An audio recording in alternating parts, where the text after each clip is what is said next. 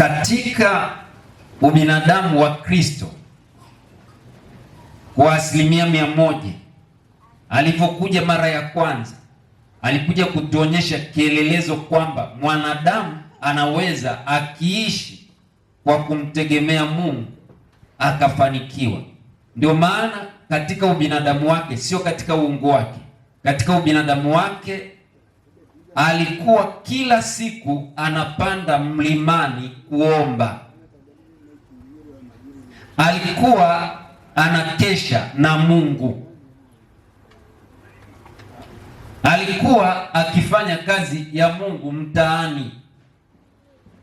Alipowakuta wahitaji aliwasaidia chakula. Alipowakuta wagonjwa aliwaponya.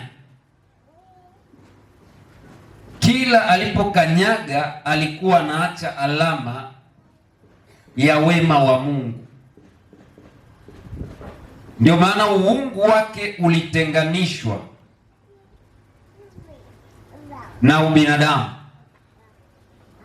Uungu uliweza kuwaponya watu, lakini wakati alipotakiwa kuwaokoa watu, uungu haukumzuia asife msalabani. Na wakati anasulubiwa msalabani ili uokolewe, alining'inizwa juu ya msalaba uchi wa nyama. Achana na hizo picha mnazoziona amevishwa kitu kama nepi. Hakuvalishwa chochote, kwa sababu wale watu waliokuwa wanahukumiwa kwa sheria ya Kirumi kwa adhabu kama ile walivuliwa nguo zao zote. Na kwa jinsi ilivyomuuma Mungu wa mbinguni, alilazimika kuficha hiyo aibu kwa kulizuia jua na mwezi kutoa nuru yake kuanzia saa 6 mpaka saa 9. Huo ndio wakati Mungu alipokuwa anatoa sadaka kwa ajili ya ukombozi wa mwanadamu. Na sadaka yenyewe ilikuwa ni sadaka ya mtoto wake. Lakini pia huo ndio wakati mtoto wake alikuwa akitoa sadaka ya mwili wake. Ilimuuma mpaka akasema, Eloi Eloi lama sabakthani. Lakini ilimuuma mpaka akatoa jasho la damu.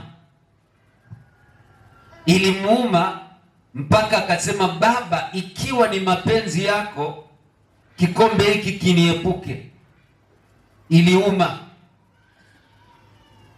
Na kwa sababu Baba anampenda mwanadamu wa Getsemani, na kwa sababu mwana anampenda mwanadamu wa Getsemani, wakaamua kuvumilia. Baba anavumilia maumivu ya mwanaye kupigwa juu ya msalaba. Fikiria wewe, ingekuwa ni mtoto wako ameletwa hadharani, anapigwa namna ile bila hatia, nadhani ungefanya jambo.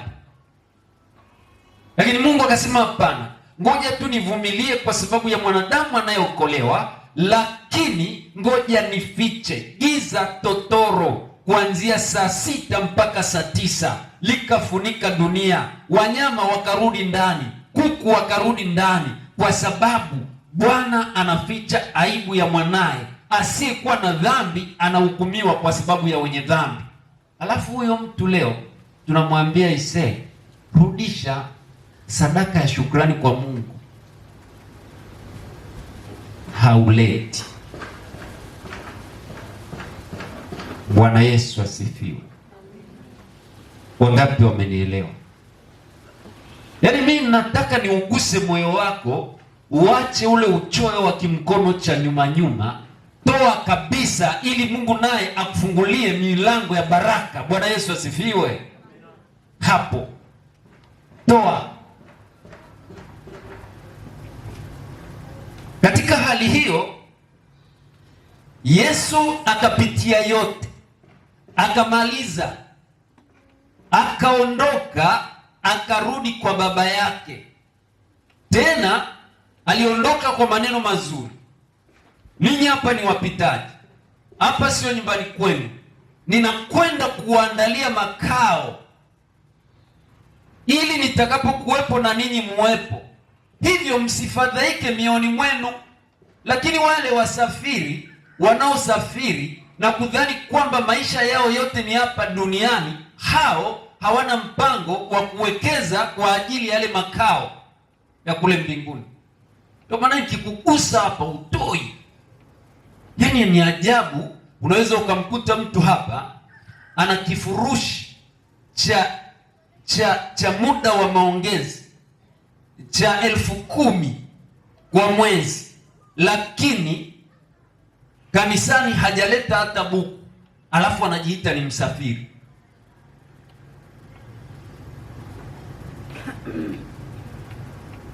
Yaani hujaleta hata 100.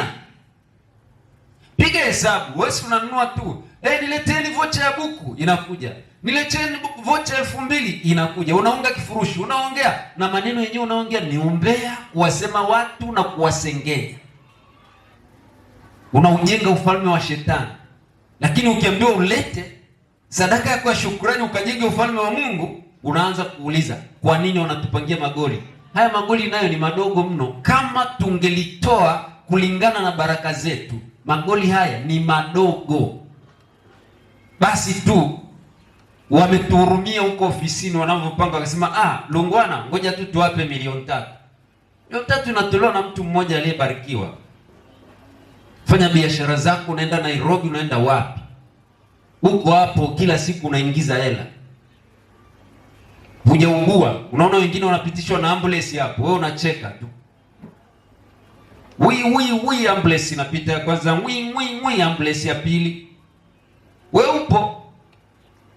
Umempa nini Mungu mpaka akurumie namna hiyo? Ni ile tu anavyofika mahali anahisi kwamba ngoja nimwache mtoto apaliliwe tena, na mwaka huu tena mchungaji Temba amekuja kuwapalilia, mwaka kesho atakuja mchungaji mwingine, mwaka huu mchungaji Mama amekuja kuwapalilia, mwaka kesho atakuja mchungaji mwingine. Leo hii tuna mchungaji hapo ametoka kutuambia maneno makubwa ya uwakili, mtoto mdogo lakini maneno makubwa, mnamwangalia.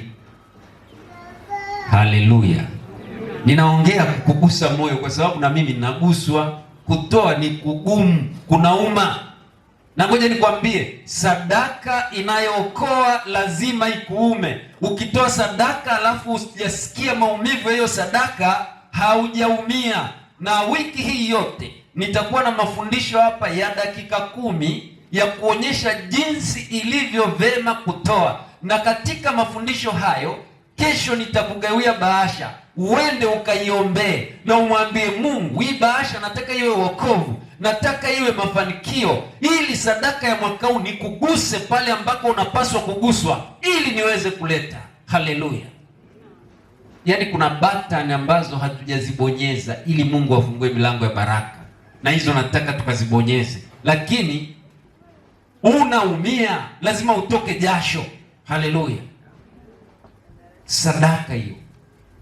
Yesu anawaambia nimeenda kuandaa makao. Hatuangalia ile makao tulienda kuandaliwa, tunaangalia hapa duniani nyumba tunazojenga. Jana nilikwambia unaweza ukajenga nyumba milioni 100, kanisani umeleta 50,000. Na sisi tunaona ni kubwa, lakini Mungu anaona yani ni kiduchu. Kiduchu kabisa. Kwani anaona ni kiduchu? Amekuwezesha kujenga hiyo nyumba na umeijenga, na unakuja kutuita unasema, Pastor, ninataka nifanye sherehe ya kuweka nyumba yangu wakfu. Tunakuja. Ile sherehe tu ya kuweka nyumba wakfu, kuwalisha watu wale ugali, wale wali na nyama unazochinja, hazifikii hata ile, yani ni nyingi kuliko ile sadaka uliyoileta ya shukrani kwa Mungu.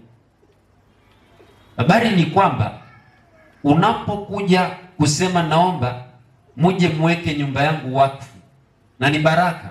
Ikiwekwa wakfu hata mchawi hawezi kuisogelea. Ni huduma kabisa kama huduma nyingine. Ni wakfu. Unapoweka wakfu ile nyumba, unapaswa uhakikishe shukrani yako unayoileta kwa Mungu kwa sababu kuwekwa wakfu kunaambatana na sadaka ya shukrani.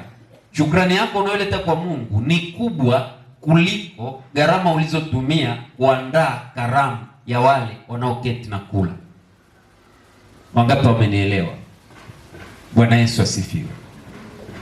Kwa hiyo huo ulikuwa ni ujio wa Kristo mara ya kwanza. Akarudi akasema, ninakwenda kuwaandalia makao ili mimi nilipo na ninyi muwepo. Na amekwenda na anasema msifadhaike. Wakati amekwenda, wakati anatuandalia makao kule, sisi hapa duniani tunacheza na dhambi. Tunasahau kwamba tunaenda kuandaliwa makao na yupo kule. Makao yenyewe anayoandaa ni pamoja na kutupatanisha na Baba, ili kwamba atakapokuja kuchukua tuishi naye milele. Lakini sisi tunacheza na dhambi atakaporudi mara ya ngapi? Wale wote ambao watakuwa serious kwa kuishi maisha ya kuchunguza mioyo yao hapa duniani, atawachukua na wataenda kuishi miaka 1000. Wale ambao wanaishi hapa duniani bila kuchukua tahadhari na kufikiri duniani ya kwao, pombe za kisirisiri ndio za kwao, mirungi ndio ya kwao, michepuko ndio ya kwao, afu unatembea kifua mbele, utaabudu sana, utaimba sana, lakini kama una mchepuko wewe sio candidate. Wewe, nataka niwatie moyo katika asubuhi ya leo. Makambi yamekuja maalum kwa ajili ya kurejesha mioyo yetu kwa Yesu. Semeni amina. Na hivyo atakapokuja mara ya pili, atakuja, lengo lake mara ya pili ni kuja kuwachukua wale aliowaita enyi kundi dogo. Baba yenu ameona vyema kuwapa ule ufalme. Na ili kundi lilikuwa likikaa likimsubiria Kristo.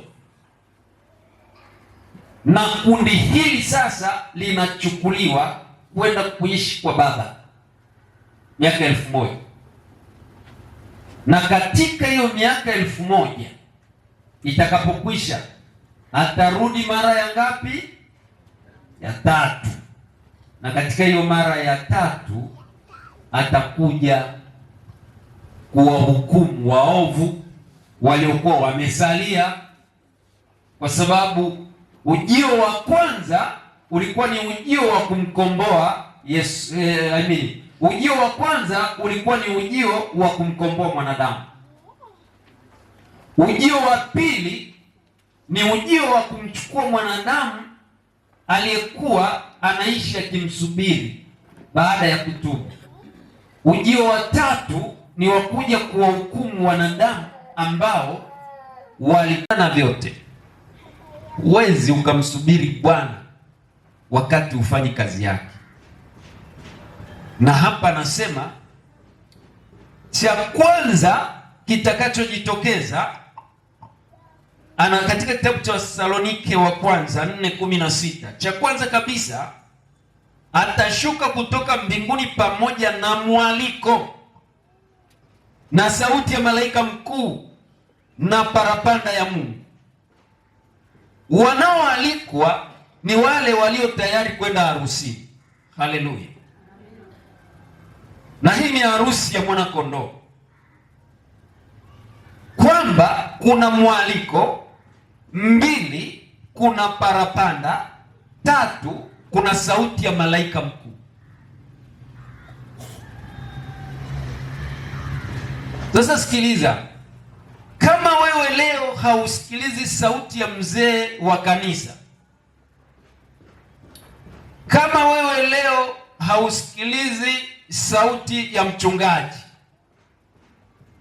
kama hausikilizi sauti ya watumishi wa Mungu, ukalala kaburini, hii sauti utaisikia.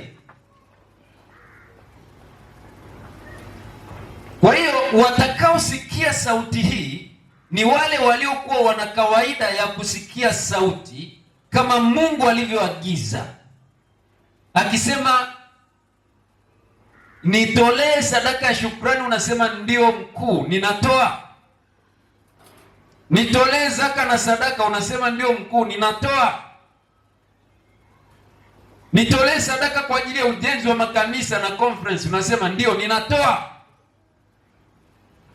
Nenda kwenye zoezi la kwaya, ndio, ninatoa.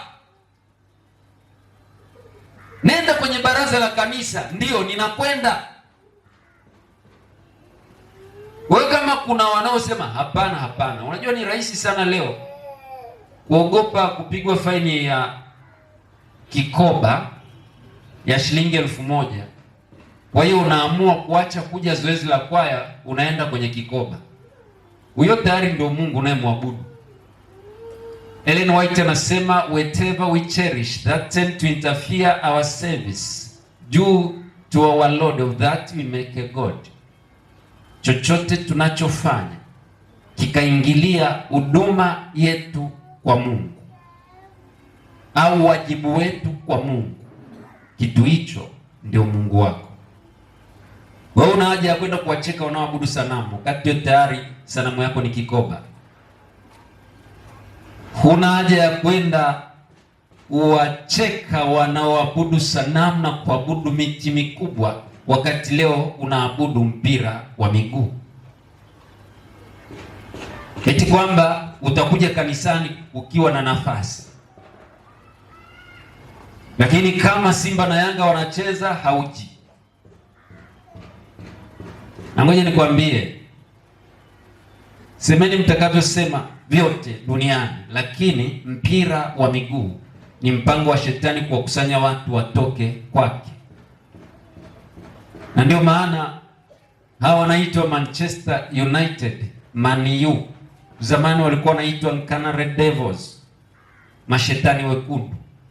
Na ndio maana ile nembo yao ukiangalia ina mashetani mekundu kweli mawili yameshika kitu kama nembo. Yale madragon yaliyoandikwa kwenye kitabu cha Ufunuo, yale majoka yaliyoandikwa kwenye kitabu cha Ufunuo ndio nembo ya Manchester United. Alafu unakwenda kuwashabikia mashetani wekundu, unaacha kuja kwenye ibada.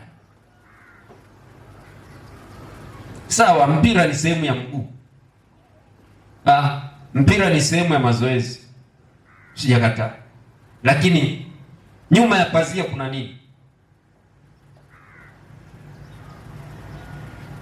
Mimi nilikuwa mshabiki wa Simba yule mpaka naugua. Mwisho nikakaa chini nikasema huu ujinga gani huu?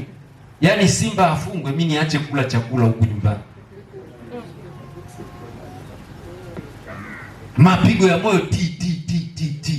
Nini? Si ni mapepo haya. Nasema siwezi kuwa mjinga kiasi hiki. Na nilimuomba Mungu, mimi wana visa vyangu. Nilipiga magoti nikamwambia kuanzia leo sitaki utumwa. Siku hizi nasikiaga tu kwa mtaani, mara sisi Yanga amefanyaje Simba, kivyao, mimi na Yesu. Bwana Yesu asifiwe. Haleluya. Ndoa zinakufa jamaa, mwanaume yuko huko kwenye mpira, mechi inaunganishwa na mechi. Anakuja kulala saa 7, saa 8 usiku wa baridi. Eti kwa naangalia mpira. Kuja kukosesha wenzako usingizi. Baki huko, mimi nafunga mlango kama ni mke wangu. Kaa huko seble na Manchester yako. Bwana Yesu asifiwe. Haya tunaongea lakini yanatutesa. Kweli si kweli? Yanatunyanyasa.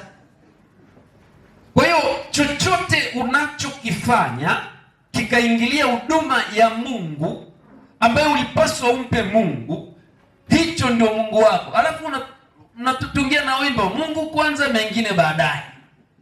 Na tunaimba Mungu kwanza mengine. Hata hii ya mwaka huu ni nzuri. Nitakwenda nikimsubiri nani? Na je, unasubiri? Kwa hiyo kuna mambo hapa mimi huwa napenda kwenda kwa nikisoma fungu moja lazima niliangalie vizuri. Kuna vitu nimeviona hapa. Sauti ya malaika mkuu, mwaliko na parapanda ya Mungu. Kuna watu leo wanafundisha eti kwamba watu watanyakuliwa kwa siri, hususan ya madhehebu ya haya madhehebu mengi ya madhehebu yanayosali Jumapili. Sina muda wa kueleza, huenda kwenye kipindi cha unabii naweza nikakieleza. Kuna kitu kinachoitwa futurist movement. Hiyo naweza nikaeleza kule kwenye unabii kidogo.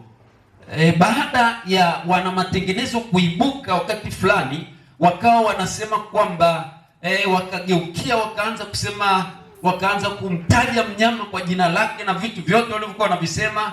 Sasa siku moja wakaketi wakaangalia wafanye nini. Aliitwa jamaa mmoja aliyekuwa anaitwa Ribela.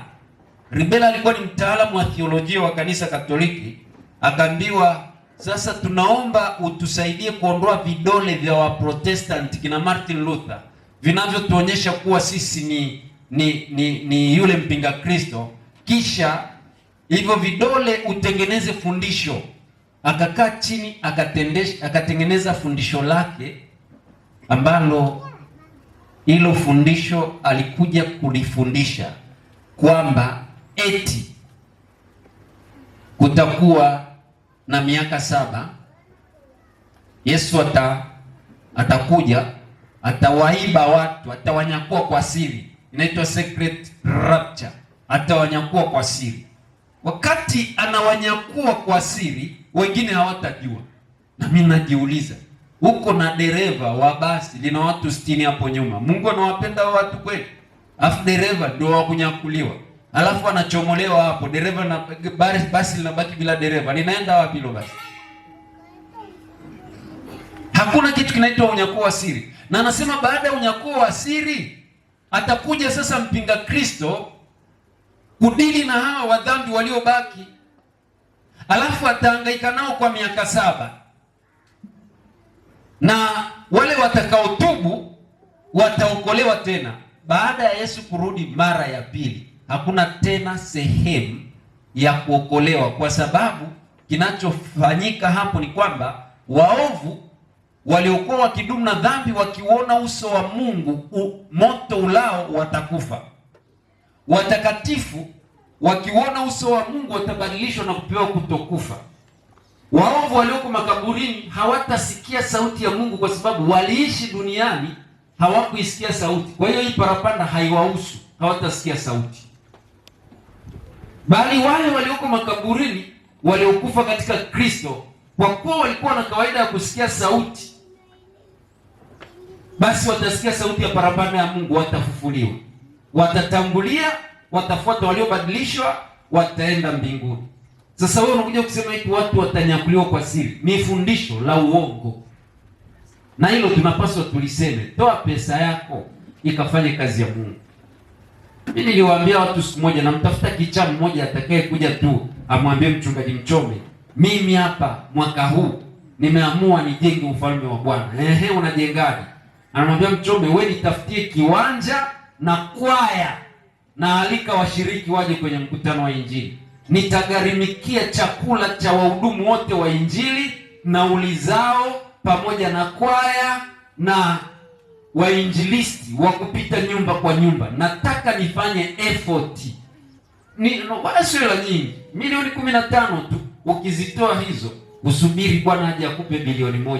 Bwana Yesu asifiwe. Ila kwa sababu unategemea akili zako, basi utabaki na hivyo hivyo ulivyo navyo, kwa sababu unategemea nguvu zako.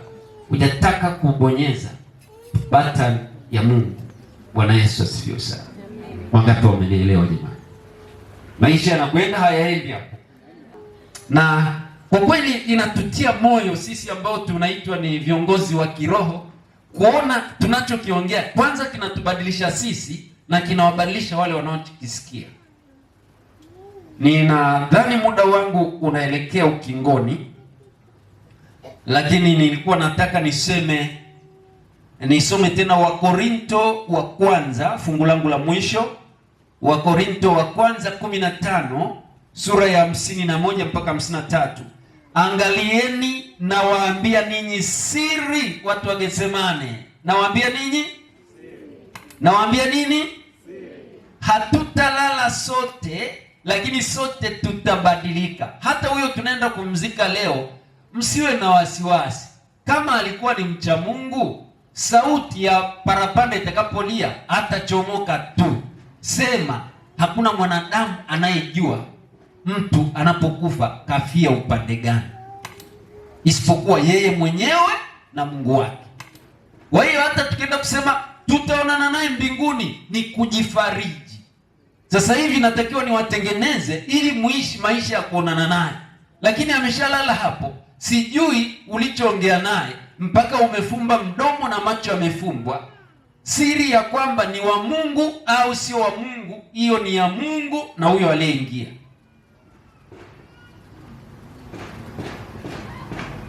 Hapo pagumwe, lakini pamekaa sawa. Sikiliza, endelea kusema neno hili. Anasema lakini sote tutabadilika kwa dakika moja, kufumba na kufumbua, wakati wa parapanda ya mwisho, kama alivyosema kwa Thesalonike.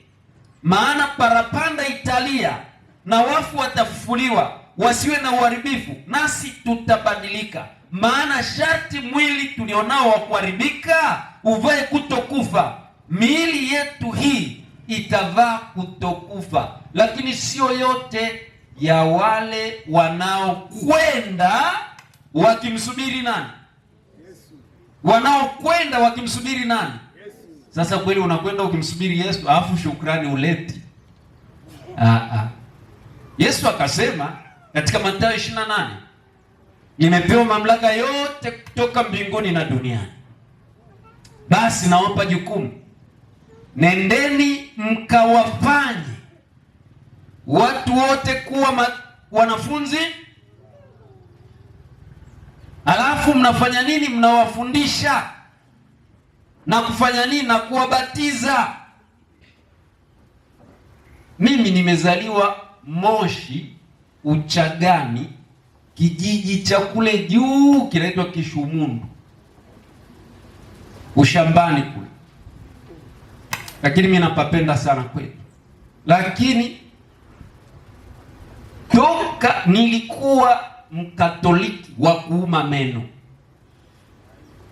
yaani mimi ndio nilikuwa nikienda ile Ijumaa Kuu katika ile ibada ya kuabudu msalaba, yaani nilikuwa siridhiki, na kwa sababu ule msalaba ulikuwa ni wa mti, nilikuwa siridhiki. Nasema huu msalaba, ili niweze kufanikiwa, ninaenda naweka mdomo wangu kubusu, unaubusu, lakini nilikuwa si ubusu, na nauma mpaka niondoke na chembe chembe za ule msalaba. Najua nimemla Yesu. Nilikuwa na imani, kwa imani niliyokuwa nayo kiasi kwamba nikiondoka nyumbani nikasahau rozari, nimefika labda nimeshafika Same, nashuka narudi kuchukua rozari. Nilikuwa na mkufu wangu wenye msalaba, siachi. Lakini mwisho ndogaje vyote hivi nilikuwa naabudu sana. Kumbe Yesu anaabudiwa ndani ya moyo. Haleluya. Haya mambo sio mchezo. Toeni pesa yenu watu wakahubiriwa. Kule kwetu mimi nimezaliwa sina mtu. Tena ngoja niwaambie, ikiwezekana nitawaomba mnichangie vitabu nivitume kwa mchungaji wa Moshi vikagawike kule kwetu. Labda yaani bora tu wagawe tu ovyo tu, wagawe ovyo tu. Labda kuna namna, yaani kijiji kizima hamna mtu. Ni hivi vitoto nilivyozaa tu ndio venyewe tu. Sasa hivyo si ni vya kwangu. Watu waache pombe, waache mila. Bado hapo mnajikumbatia bafu. Hapa nao wameshawazumu. Si mnaletwa chuo kikuu, wameshawazumu hapa. Taiona hiyo mvua, alafu ninyi ndio mnaenda kabisa kifua mbele. Sisi wa Yesu wanatembeaga na mikakati ya miaka 50 kwenda mbele, lakini ikiisha hiyo 50 kuna mtu. Si mnapeleka vitoto sasa hivi vinagawiwa zawadi siku ya Sabato? Pelekeni. Mimi nimetoka huko, nazijua siri za huko. Tusimame.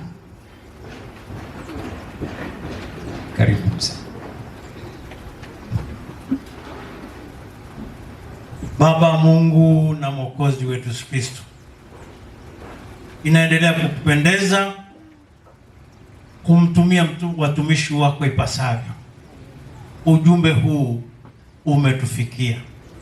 Ninaomba usiwe ujumbe utakaoishia hapa, ukawe ujumbe ambao utagusa hata wale walioko nyumbani, ili mwisho wote tubadilishwe na tumsubiri Yesu kama usemaji mkuu wa makambi haya. Na nyamaza nikiamini unasikia, ni katika pendo lako. Amen.